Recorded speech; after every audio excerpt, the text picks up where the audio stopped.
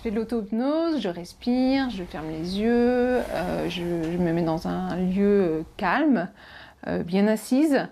Je ferme les yeux et je laisse mes pensées divaguer.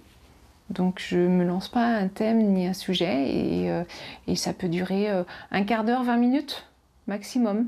Parce qu'après, du coup, c'est comme si je sortais un peu de ce sommeil léger et je me sens mieux, je me sens bien. L'hypnose, Estelle l'a découverte au CHU de Nantes il y a 4 ans. Depuis son opération, elle pratique régulièrement ces exercices qui lui permettent de guérir mieux. Parfois, on a mal quelque part, mais c'est dans la tête. Si on est bien dans la tête, on sera bien dans son corps. Plus on pratique l'hypnose, plus on pratique la méditation, plus les mauvaises pensées partent. Ça laisse de la place. Du coup, on peut de nouveau avoir des idées, des envies et reprendre du plaisir à plein de choses. Vous vous laissez porter par ma voix. Chez cet hypnothérapeute installé depuis 7 ans, on vient pour arrêter de fumer, gérer son stress ou surmonter ses phobies. Le principe consiste à suggérer des pensées à l'inconscient. Le patient n'est pas en sommeil, il reste conscient. Une odeur désagréable se dégage de ce cendrier. Un dégoût parcourt votre nez. Descend le long de votre gorge. Vous ressentez un dégoût de plus en plus fort. Il faut éviter absolument la négation. L'inconscient a du mal avec la négation. Un seul ordre à la fois. Donc si on traite une phobie, on ne va pas traiter le tabac en même temps. D'accord ? Et des mots simples.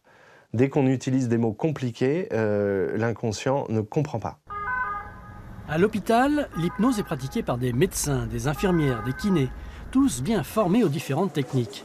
Elle sert à atténuer la douleur et à régler certains troubles du comportement, mais aussi à anesthésier les patients pour de petites interventions chirurgicales.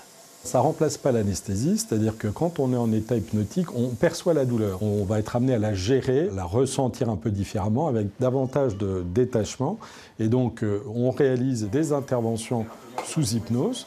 Et en général, elles sont réalisées par des anesthésistes qui tentent l'approche hypnotique. Et évidemment, si elle est insuffisante, vont pouvoir procéder à une anesthésie habituelle. T'anticiperas et tu iras chercher cette balle exactement comme ça, c'est parfait. Je suis concentrée. Je vais réaliser un excellent match. Le sport de haut niveau a parfois recours à l'hypnose. Rim Ridan s'en est servi pour devenir double championne du monde de boxe française. Aujourd'hui, elle a monté son cabinet pour en faire profiter les joueurs de foot du SCO d'Angers. Quand on prend deux sportifs techniquement de haut niveau, qui ont les mêmes bases techniques, qui ont les mêmes bases vraiment tactiques, etc. et stratégiques, ce qui va faire la différence, c'est le mental.